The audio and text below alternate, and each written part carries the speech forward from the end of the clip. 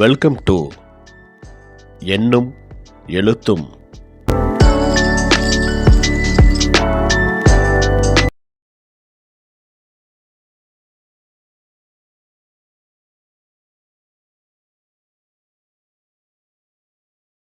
அனைவருக்கும் வணக்கம். முதல் பருவம் 3ஆம் வகுப்பு அறிவியல் பாடம். முதல் பாடம் எண் பாதுகாப்பான உலகம். உடல் இயக்கங்கள். நம் உடலில் உள்ள மூட்டுகளின் எண்ணிக்கை, மூட்டுகள் என்னென்ன வகைப்படும், மூட்டுகள் எதற்காக பயன்படுகிறது என்பதை பற்றி குழந்தைகளுக்கு தெரிந்து கொள்ள வேண்டும் என்பதற்காக இந்த பாடப்பகுதி கொடுத்துருக்காங்க. செய்து கற்போம்.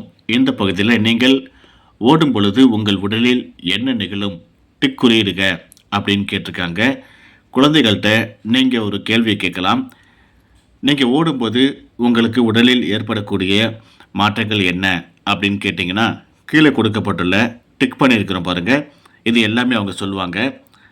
எனக்கு வியர்க்கும், என் கைகள் இயங்கும், என் கால்கள் இயங்கும், நான் வேகமாக சுவாசிப்பேன், என் இதய துடிப்பை உணர்வேன், நான் தாகமாக உணர்வேன். இது எல்லாத்தையுமே குழந்தைகள் ஒவ்வொருவராக சொல்ல ஆரம்பிப்பாங்க. அடுத்து கீழே பாருங்கள். சில உடல் உறுப்புகள் உடலின் வெளிப்புறத்தில் இருக்கின்றன. அவற்றை நம்மால் பார்க்க முடியும். எடுத்துக்காட்டு கைகள், கால்கள், தோல். சில உடல் உறுப்புகள் உடலின் உட்புறத்தில் இருக்கின்றன. அவற்றை நம்மால் பார்க்க முடியாது. எடுத்துக்காட்டு இதயம், நுரையீரல், மூளை. இதே போல் சின்ன சின்ன கேள்விகளை குழந்தைகள்கிட்ட கேட்டால் சரியான பதிலை அவங்களாகவே சொல்லுவாங்க. உள்ளுறுப்புகள் என்னென்ன, வெளி உறுப்புகள் என்னென்ன அப்படிங்கிற மாதிரி குழந்தைகள்கிட்ட கேள்விகளை நீங்கள் கேட்கலாம். எந்த உறுப்பு உதவும்? இந்த படத்தை பாருங்கள். குழந்தைகள்கிட்ட இதை காட்டி கீழே பாருங்கள். நம்ம எழுதியிருக்கிறோம். இயங்கும் பந்தை பார்ப்பதற்கு கண், ஓட்டங்களின் எண்ணிக்கையை கேட்பதற்கு காது, பந்தை எறிவதற்கு கை, ஓடுவதற்கு கால். இந்த கேள்வியை மட்டும் நீங்கள் குழந்தைகள்கிட்ட கேட்டால் பதில் அவங்களே சொல்லுவாங்க. பெரு இயக்கங்கள் அப்படின்ட்டு இருக்குது, நுண்ணியக்கங்கள் அப்படின்ட்டு இருக்குது. முதல்ல பெரு இயக்கங்கள் அப்படின்னா என்ன அப்படிங்கிறத முதல்ல குழந்தைகளுக்கு தெளிவாக சொல்லுங்கள். பெரு இயக்கம் என்பது ஓடுதல், நடத்தல், விளையாடுதல், குதித்தல் போன்ற செயல்களுக்கு உதவும் பெரிய உடல் இயக்கங்கள் ஆகும். இதை குழந்தைகளுக்கு தெளிவாக சொல்லிவிட்டு எது இதெல்லாம் பெரு இயக்கங்கள் அப்படின்ட்டு கேள்வி கேட்டிங்கன்னா பதில் அவங்களாகவே சொல்ல ஆரம்பிப்பாங்க. சொல் வங்கியை பயன்படுத்தி இயக்கங்களில் ஈடுபடும் உடல் உறுப்புகளை எழுதுக. கீழே சொல் வங்கி கொடுத்துருக்காங்க பாருங்கள். கைகள், கால்கள், தோள்பட்டை, இடுப்பு, பாதங்கள், முதுகு. கீழே பெரு இயக்கங்கள் என்னென்ன அப்படின்ட்டு கொடுத்துருக்காங்க. அதுக்கு பயன்படுத்தக்கூடிய உறுப்புகள் என்ன அப்படின்னு கேட்டிருக்காங்க. நாம் எழுதியிருக்கோம் பாருங்கள். இது சரியாக இருக்குதா அப்படின்னு சொல்லிட்டு குழந்தைகள்கிட்ட கேளுங்க. அவர்களாகவே முதல்ல ஒன்று ஒன்றா சொல்லுவாங்க. அதுக்கு பிறகு இந்த வீடியோவை நீங்கள் காட்டி அவங்கள எழுத வைக்கலாம். அடுத்தது நுண் இயக்கங்கள். நுண் இயக்கம் என்றால் என்ன அப்படிங்கிறத முதல்ல குழந்தைகளுக்கு சொல்லிக் கொடுங்க. முகம், உள்ளங்கைகள், கைவிரல்கள், கால்விரல்கள் போன்றவற்றால் செய்யப்படும் செயல்கள் நுண் இயக்கங்கள் எனப்படும். எடுத்துக்காட்டு எழுதுதல், புன்னகை செய்தல், புருவங்களை உயர்த்துதல். இது எல்லாமே நுண் இயக்கங்கள் அப்படின்ட்டு முதல்ல விரிவாக அவங்களுக்கு சொல்லிக் கொடுங்க. கீழே பாருங்கள். சொல் வங்கி கொடுத்துருக்காங்க. இப்போ இந்த செயல்பாட்டுக்கு தகுந்த மாதிரி நாம் அதை பிரித்து எழுதி காட்டியிருக்கிறோம். என்னென்ன அவங்க செய்கிறாங்க அப்படின்ட்டு மேலே இருக்கக்கூடிய அந்த வார்த்தைகளை கரெக்டாக நம்ம அந்த கட்டத்துக்குள்ளே எழுதியிருக்கிறோம். ஃபஸ்ட்டு பாருங்கள். கைகளை தட்டுதல், காலணியின் கயிற்றை கட்டுதல், தாளை கசக்குதல், வண்ணம் தீட்டுதல், மணிகளை கோத்தல், புருவத்தை உயர்த்துதல், தாளை கிழித்தல், பொத்தான் போடுதல். உற்று நோக்கி கலந்துரையாடுவோம் அப்படின்ட்டு படங்கள் கொடுத்துருக்காங்க. இந்த படத்தை குழந்தைகளை பார்க்க சொல்லிவிட்டு அவங்க என்ன செய்கிறாங்க, அவங்க செய்யக்கூடிய வேலைக்கு என்ன அவங்களுக்கு உதவியாக இருக்குது அப்படின்னு சொல்லிட்டு கேளுங்க. இப்போ கீழே பாருங்கள். செயல்களை உற்று நோக்கி சொற்களுடன் பொறுத்துக அப்படின்ட்டு கொடுத்துருக்காங்க. நாம் பொறுத்து இருக்கிறோம் பாருங்கள். இதே போல் பொறுத்த சொல்லுங்கள்.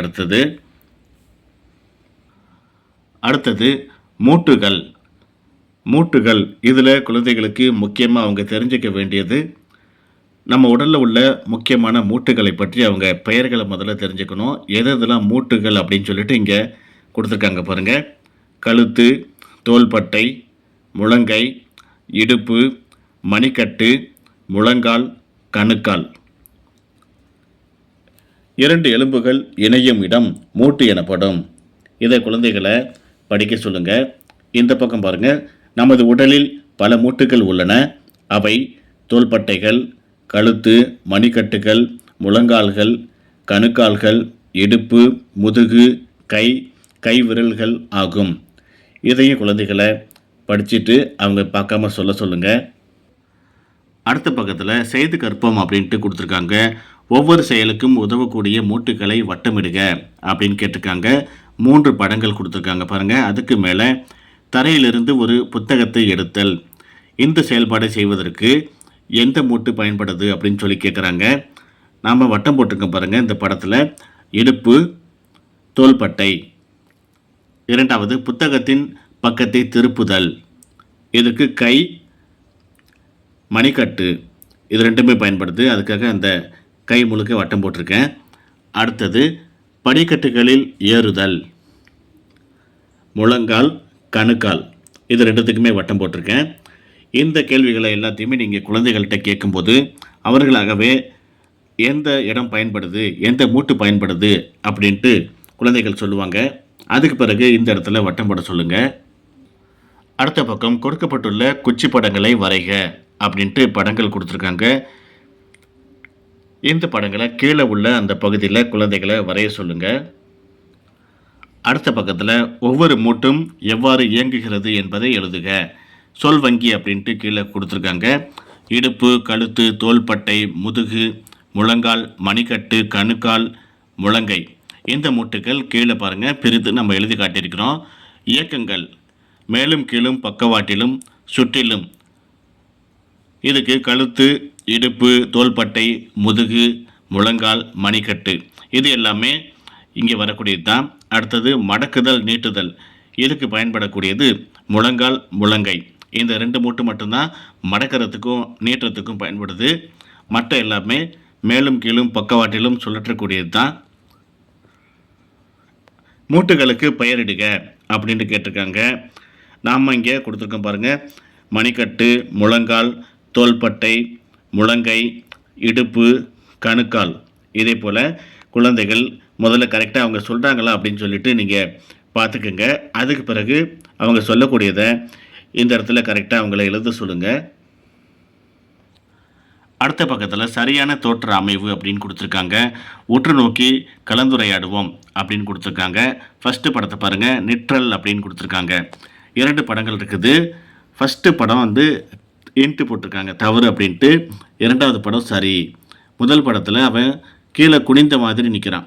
நிற்கும்போது நேராக நிற்கணும் அப்படின்னு சொல்லிட்டு குழந்தைகளுக்கு சொல்லிக் கொடுங்க. அப்போ தான் உடல் ஆரோக்கியமாக இருக்கும். குனிஞ்சு வளைஞ்சிட்டு நிற்கக்கூடாது அப்படிங்கிறத தெளிவாக சொல்லிக் கொடுங்க. இங்கே 2வது பாருங்கள். நடத்தல். நடக்கும்போது நிமிர்ந்து நேராக நடக்கணும். அதுக்கு டிக் பண்ணியிருக்காங்க. 2வது படத்தில் பாருங்கள். அந்த பாப்பா குனிந்துக்கிட்டு நடந்து போகிறாங்க. இது தவறு. அடுத்து அமர்தல். கீழே அமரும்போது, சேரில் அமரும்போது நேராக அமரணும், வளைந்து கொண்டு அமரக்கூடாது. தூக்குதல். பொருளை தூக்கும்போது ஃபஸ்ட்டு எப்படி தூக்குறான்னு பாருங்கள். அதுக்கு டிக் பண்ணியிருக்காங்க. இதே போல் தான் அந்த பொருளை நடுப்பகுதியில் அல்லது கீழே பிடித்து தூக்கணும். 2வது படத்தில் உள்ள மாதிரி தூக்கக்கூடாது அப்படிங்கிறத நீங்கள் விளக்கி சொல்லுங்கள். கீழே பாருங்கள். சரியான தோற்ற அமைவிற்கு டிக் பண்ணணும், தவறான தோற்ற அமைவிற்கு இன்ட்டு குறியிடணும் அப்படின்னு போட்டிருக்காங்க. அந்த படத்துக்கு நம்ம சரியானதுக்கு டிக் பண்ணியிருக்கிறோம், தவறானதுக்கு இன்ட்டு போட்டிருக்கோம். இதே போல் குழந்தைகளை அவங்களாகவே செய்ய வைங்க. கற்றல் பயணம் அப்படின்ட்டு கொடுத்துருக்காங்க. கீழ்காணும் செயல்களை செய்ய உதவும் மூட்டுகளை எழுதுக. 2 படங்கள் கொடுத்துருக்காங்க. அதுக்கு கீழே கோட்டில் எந்த மூட்டு பயன்படுது அப்படின்னு சொல்லிட்டு நம்ம எழுதியிருக்கிறோம் பாருங்கள். மாடிப்படிக்கட்டு ஏறுவதற்கு முழங்கால், தோள்பட்டை. பக்கத்தில் ஒரு பாப்பா கையில் ஒரு மில்க் குடிக்கிற மாதிரி போட்டிருக்காங்க. முழங்கை, மணிக்கட்டு, தோள்பட்டை. அடுத்தது ஒவ்வொரு செயலுக்கும் ஏற்ப பெரு இயக்கம் அல்லது நுண் இயக்கம் என எழுதுக. கீழே 4 படங்கள் போட்டிருக்காங்க பாருங்க. இதில் பெரு இயக்கம் எது, நுண் இயக்கம் எது அப்படின்னு சொல்லிட்டு கேட்குறாங்க. நாம் கீழே எழுதியிருக்கிறோம் பாருங்க. ஃபர்ஸ்ட்டுக்கு நுண் இயக்கம், 2வதுக்கு பெரு இயக்கம், 3வது நுண் இயக்கம், 4வது பெரு இயக்கம். குழந்தைகள்கிட்ட இதை முதல்ல நீங்கள் விளக்கி சொல்லுங்கள். பெரு இயக்கம் என்றால் என்ன, நுண் இயக்கம் என்றால் என்ன அப்படிங்கிறத நீங்கள் விளக்கி சொல்லிவிட்டு அதுக்கு பிறகு இந்த கேள்வியை கேட்கும்போது அவர்களாகவே பதிலை சொல்லுவாங்க. செயல்பாடுகளில் ஈடுபடும் மூட்டுகளின் பெயர்களை எழுதுக. செயல்கள் அப்படின்ட்டு கீழே கொடுத்துருக்காங்க பாருங்கள். அதுக்கு எந்தெந்த மூட்டுகள் பயன்படும் அப்படின்னு சொல்லி கேட்குறாங்க. நாம் எழுதியிருக்கிறோம் பாருங்கள். ஃபஸ்ட்டுக்கு தரையை கூட்டுதல், இடுப்பு, தோள்பட்டை, முழங்கை, மணிக்கட்டு. பாத்திரங்களை கழுவுதல், மணிக்கட்டு, முழங்கை. மின்விசிறியின் பொத்தானை அழுத்துதல், கை, கைவிரல்கள். இந்த கேள்விகளையும் குழந்தைகளை கேட்டிங்கன்னா அவர்களாகவே சிந்தித்து சொல்லுவாங்க. அடுத்த பக்கத்தில் படத்தின் மூட்டுகளின் பெயர்களை குறிக்க.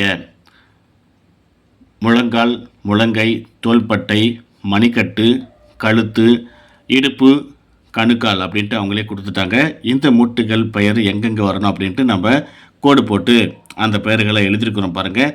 இதே போல் குழந்தைகளை அவங்களாகவே எழுதுவதற்கு பயிற்சி கொடுங்க. அவ்வளோதான், இதோட முடியுது.